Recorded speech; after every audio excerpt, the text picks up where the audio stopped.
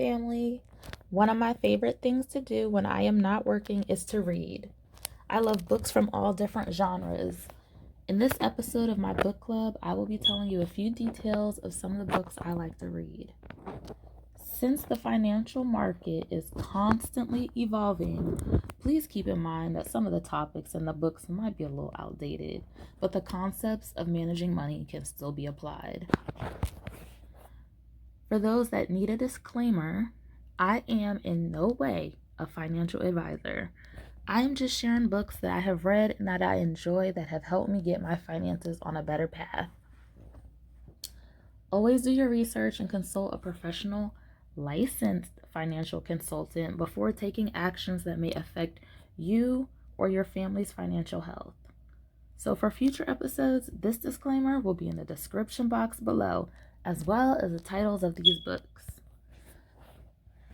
So, now that we got that out the way, you can clearly see that these books are from the library. I personally try not to purchase books unless I plan to keep them, because I have a small book collection of my own, and I don't like a cluttered bookshelf. For those that haven't heard of this author, her name is Susie Orman, and at some point in time, she hosted a TV show as a financial expert. She discussed ways to help people become mindful with their money.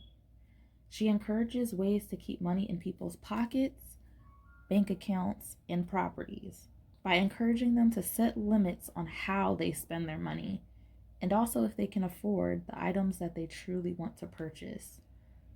Towards the end of this episode, there'll be some clips from her old shows so you kind of get an idea of what she does and how she works.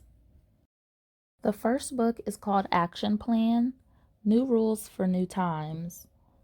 This book provides information about legislation and how it affects financial goals.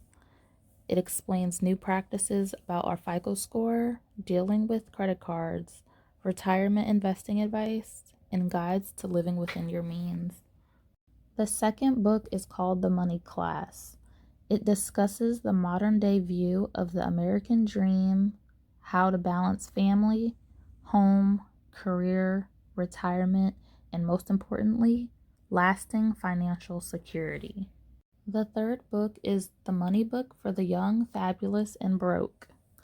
This book is recommended for people usually in their ages of 20 to 30 who have tons of student loan debt, struggling to buy a house, living off credit cards, and most likely don't even have health insurance. This book's goal is to help address our struggles and to provide ways to overcome our hardships. The next book is called Women in Money. This book is specifically geared to helping women with their finances. This book has dedicated sections teaching women how to protect themselves financially, spending their money smart, better ways to build a future, and how to give to others without taking away from themselves.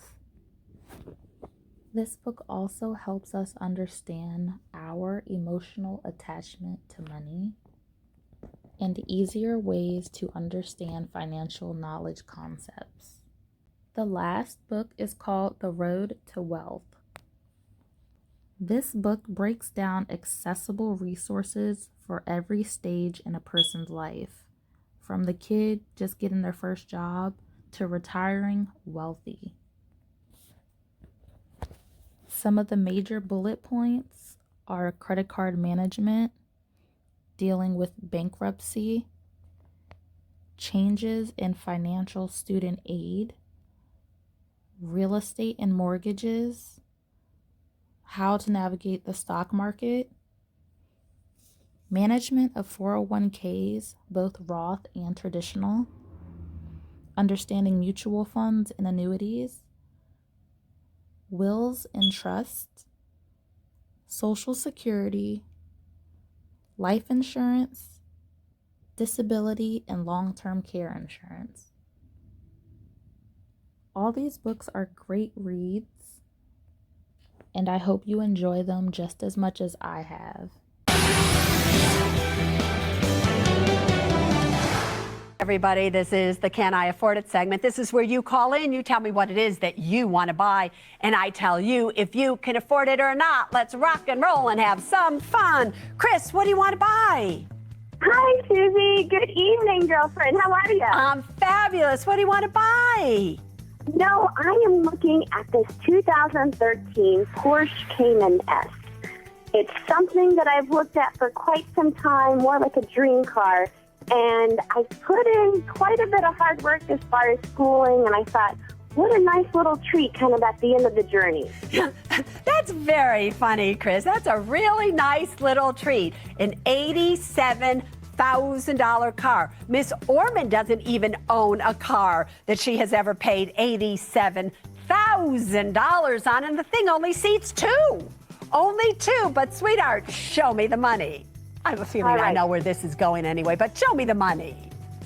All right. This, I have $22,000 in take-home pay per month. What do you do, Chris? Wait, because everybody's going to say, what does this 32-year-old do? And she brings home, after taxes, $22,000 a month. What do you do? I'm a physician.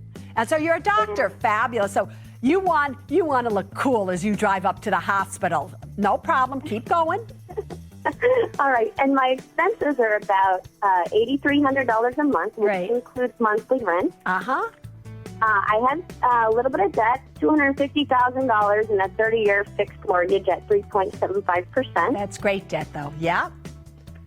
Savings, I have $204,000 in liquid and $111,000 in retirement, which I do try and max out every year. And how are you going to pay for this?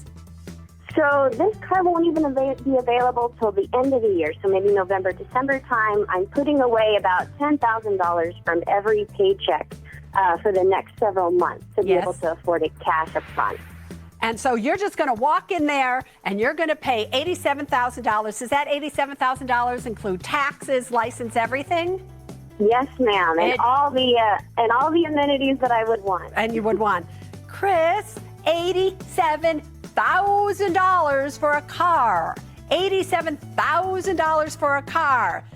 You're 32 years of age. Do you have any idea what that $87,000 would be years from now? So let me just get this over with very quickly. You have been approved, girlfriend. You can afford it. You have more than enough money. You're young enough. Whether you should or should not do it is besides the point, because you know it's going to depreciate very much, close to $20,000 the second that you drive it off that lot. But go ahead and do it because that's your dream. Steven, what do you want to buy? Hey, Susie. I would like to buy a new pickup, a 2012 Ford King Ranch EcoBoost. EcoBoost. Does that mean it's cost efficient on gas? Yeah, it's better than normal in terms of gas. Most trucks have a V8, but this one has a V6. I see, but it's $45,000. I'm just going to restate that. It's supercharged. Oh, well, of course. I would not expect you to get anything else but a supercharged F-150 King Ranch pickup, whatever that is. Show me the money. You better have supercharged. You better have supercharged money, Steven. Well, I don't know, but I guess I'll find out. All right. I make $59.78 take home. Yeah. My expenses are $31.11. Okay. My debt is $68,000, 15-year fixed at 3.25%.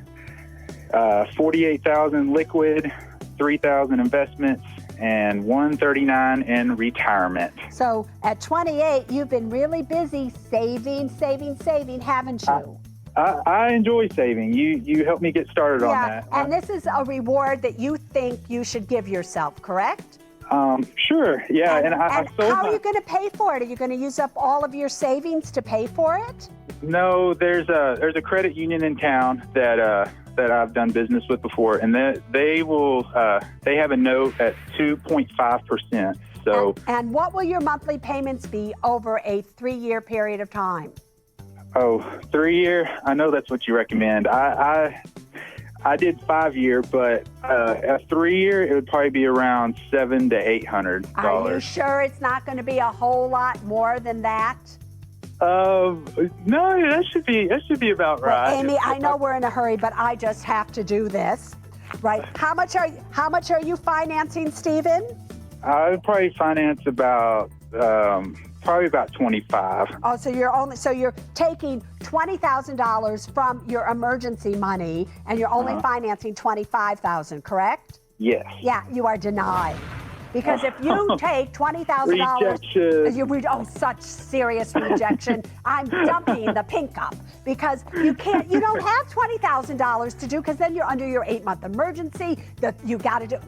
You don't need it. You need the money.